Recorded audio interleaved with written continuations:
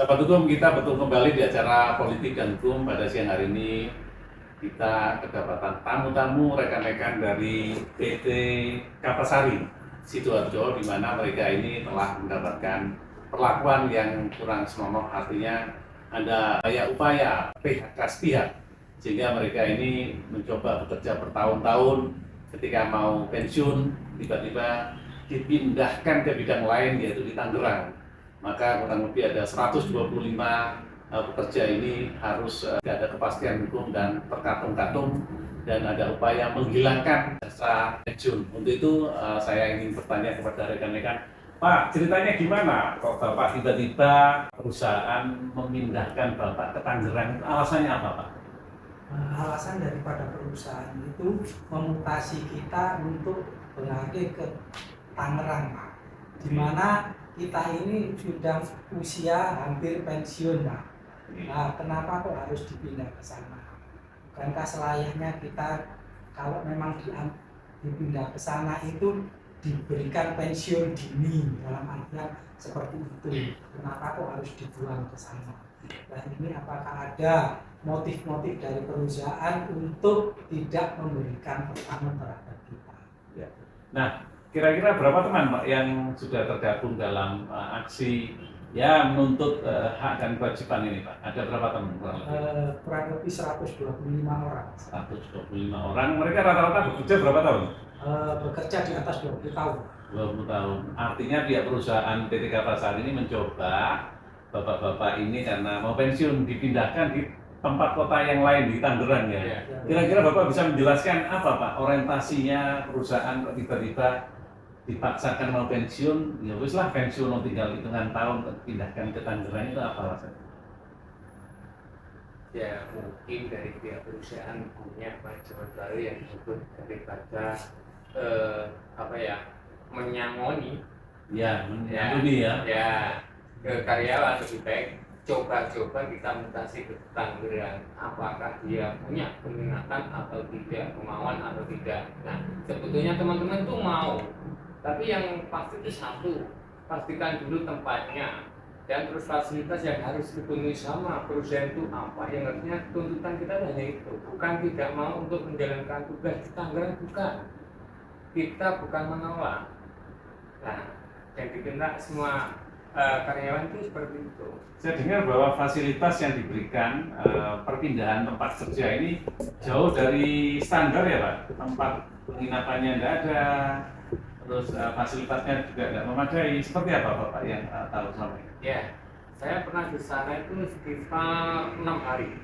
Ternyata di sana ada kisaran 5 kotak untuk kamar ya, maksud saya itu kotak kamar. Ya, itu pun sudah dipakai sama staf-staf dia.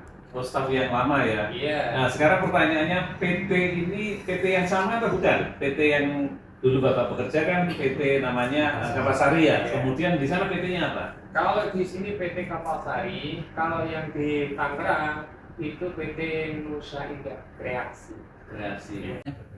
Pemiliknya Pak Indra ya.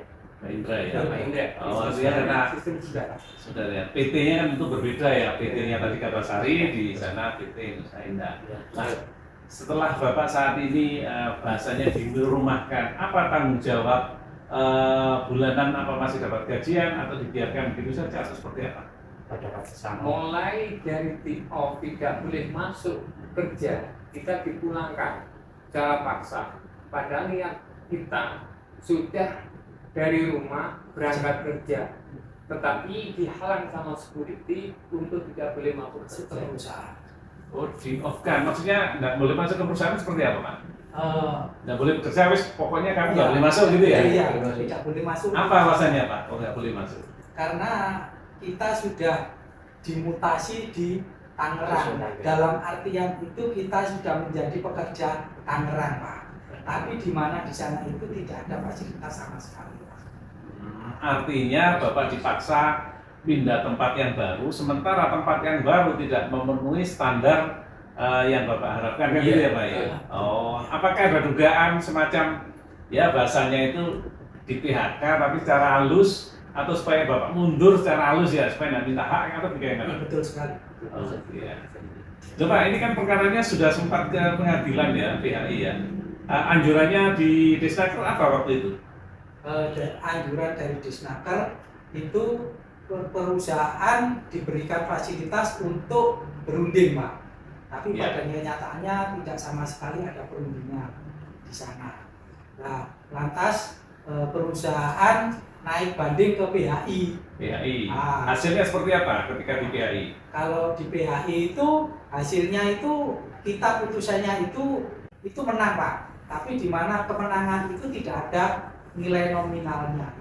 Oh, Dalam dikatakan artian dia bahwa di berapa nilai perselisihan hubungan industrial, rekan-rekan ini menang dan menangnya pun belum bisa dilakukan eksekusi, belum diterima gitu ya Pak ya. Iya. Oh, apa alasannya Pak? eh, Alasannya apa?